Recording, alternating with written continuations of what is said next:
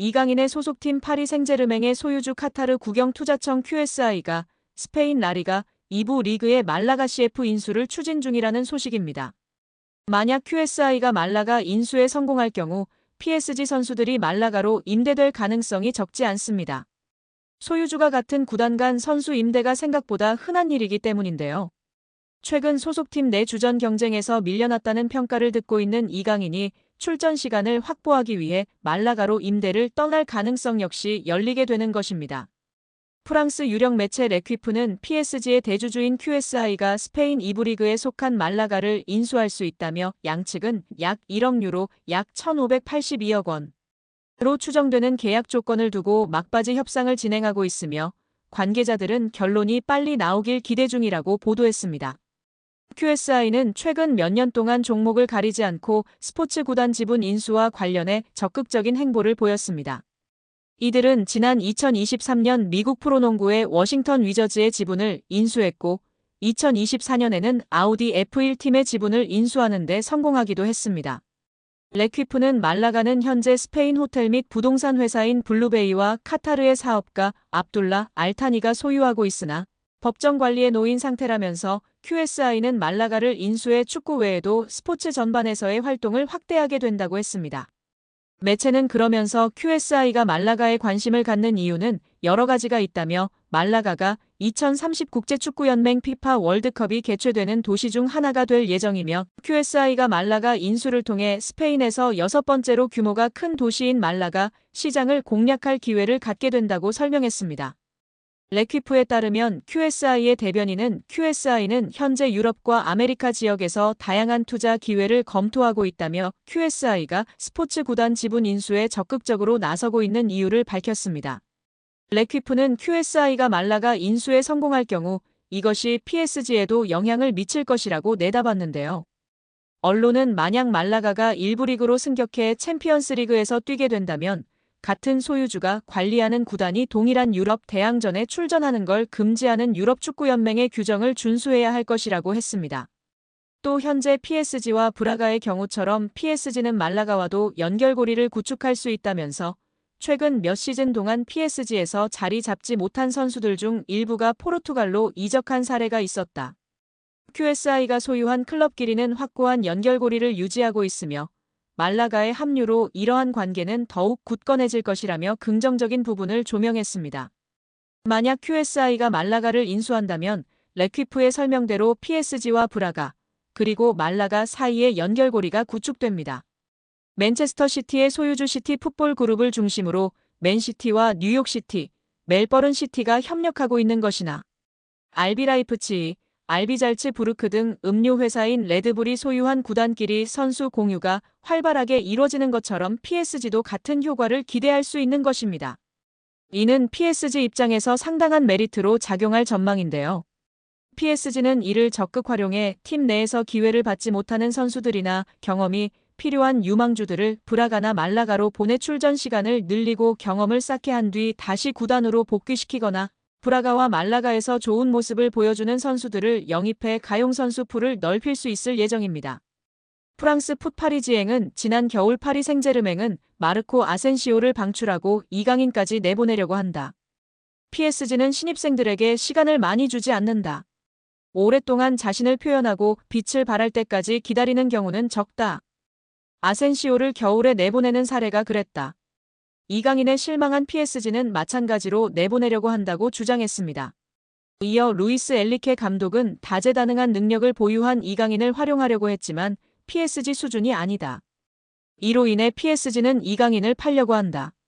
레알 마요르카에서 이강인을 영입할 때 2,200만 유로 약 348억 원을 투입했다. PSG는 이강인 이적료로 3천만 유로 약 475억 원을 원한다. 이강인의 기술력, 마케팅 가치를 생각하면 합리적인 가격이라고 언급했습니다. 프랑스 푸실은 이강인은 PSG에서 마지막 몇 주를 보내고 여름 이적 시장을 통해 떠날 것이다. PSG는 이강인을 보내기로 했다. 이강인은 럭셔리 조커로서 활약을 이어갔는데 루이스 엘리케 감독은 기뻐했다. 이강인은 점점 경기에 뛰지 못했다. 경쟁자들의 밀려 대가를 치렀다. 이강인은 이적 시장에 떠날 것이다. PSG 결정권자들이 확인했다고 이강인 방출설에 힘을 실었습니다. 이어 PSG는 이강인과 결별을 원한다. 이강인은 떠날 선수다. 이강인이 쉽게 짐을 쌀지는 알 수 없다. 이강인은 PSG와 2028년 6월까지 계약이 되어 있다. PSG 선수들 연봉을 생각하면 적절한 돈을 받고 있기에 고민은 될 것이라고 덧붙였습니다. 또 프랑스 르텐스포르트는 PSG는 이적 시장 동안 몇 가지 포지션에 변화를 주려고 한다. 새로운 선수를 최소 5명은 영입해야 한다고 전했습니다. 근거로 프랑스 르 파리지앵의 도미닉 세베라크 기자의 주장을 전했는데요. 세베라크 기자는 PSG는 새로운 골키퍼, 아슈라프 하키미 백업, 또 다른 미드필더와 스트라이커, 그리고 이강인을 대체할 선수를 영입해야 한다고 말했습니다. 스페인 렐레보의 마테오 모레토 기자는 이강인, 하비게라, 이냐키 페냐를 관리하는 스페인 에이전트 하비에르 가리도는 이번 주 영국에서 많은 경기를 관전했다. 맨유, 아스톤 빌라, 에버턴을 포함해 몇몇 구단과 만났다고 하면서 이강인 이적설에 불을 지폈습니다. 여기에 맨유와 연결되는 부분은 놀라움을 주는데요. 지난 겨울에도 맨유 이적설이 나왔습니다. 이탈리아 투토 메르카토는 이강인은 올겨울 유럽 축구 시장을 뜨겁게 달굴 수 있는 선수 중 한 명이다. 프리미어리그 두 구단이 그를 여러 차례 관찰한 바 있다. 뉴캐슬과 맨유에서 이강인에 대해 문의했다. 앞으로 며칠 동안 영입을 시도할 것으로 보인다고 언급했고 맨유가 다가올 여름에 중원 개혁을 시도할 예정이라는 소식이 알려지자 이강인 필요성이 주목됐었습니다. 프리미어리그 최다 우승 클럽인 맨유는 디 애슬레틱에 따르면 맨유는 시즌 TV 중계권 수입으로만 2억 2,200만 파운드, 약 3,700억 원을 벌어들였습니다. 이는 일부 프리미어리그 클럽의 연간 전체 수입과 맞먹는 규모입니다. 아디다스와의 스폰서십 계약도 2035년까지 연간 9천만 파운드 약 1,500억 원을 지급하는 장기 계약을 맺고 있습니다. 다만 강등 시 금액을 50% 삭감하는 조항이 포함돼 있습니다. 아디다스는 한 시즌 사전 통보 후 계약을 파기할 수도 있다고 알려져 있습니다. 맨유의 연봉 총액은 3억 6,500만 파운드 약 6,100억 원입니다. 이는 하루 100만 파운드 약 17억 원을 지출하고 있습니다. 대부분의 프리미어리그 구단이 강등 시 50% 임금 삭감 조항을 두고 있지만 맨유는 이런 조항이 없는 것으로 알려져 있습니다. 한마디로 미친 듯이 돈을 뿌려대는 클럽입니다. 최근 곤두박질 치는 성적 등 어려움으로 인해 직원 구조 조정 등을 시행하고 있으나 그래도 이강인이 입단 시 현재 받는 연봉의 2배는 받을 것으로 예상하는 적이 지배적인 상황입니다. 여기에 아센시오의 최근 기세는 놀라운 수준입니다. 빌라가 치른 직전 5경기에서 무려 7골을 기록하는 기염을 토했습니다. 기회를 찾아 PSG를 떠나 빌라 유니폼을 입은 아센시오의 선택은 현재까진 대성공입니다. 일찍이 지난 시즌 PSG 소속으로 기록한 16경기 2골 4도움을 넘어섰습니다. 이에 빌라는 아센시오와의 장기 미래를 그리고 있는데요. 영국 매체 팀토크는 보도를 통해 빌라가 여름 이적 시장을 통해 PSG 소속 아센시오를 영입하기 위해 적극적으로 나섰다. 이미 이적 협상은 진행 중이다라고 전했습니다.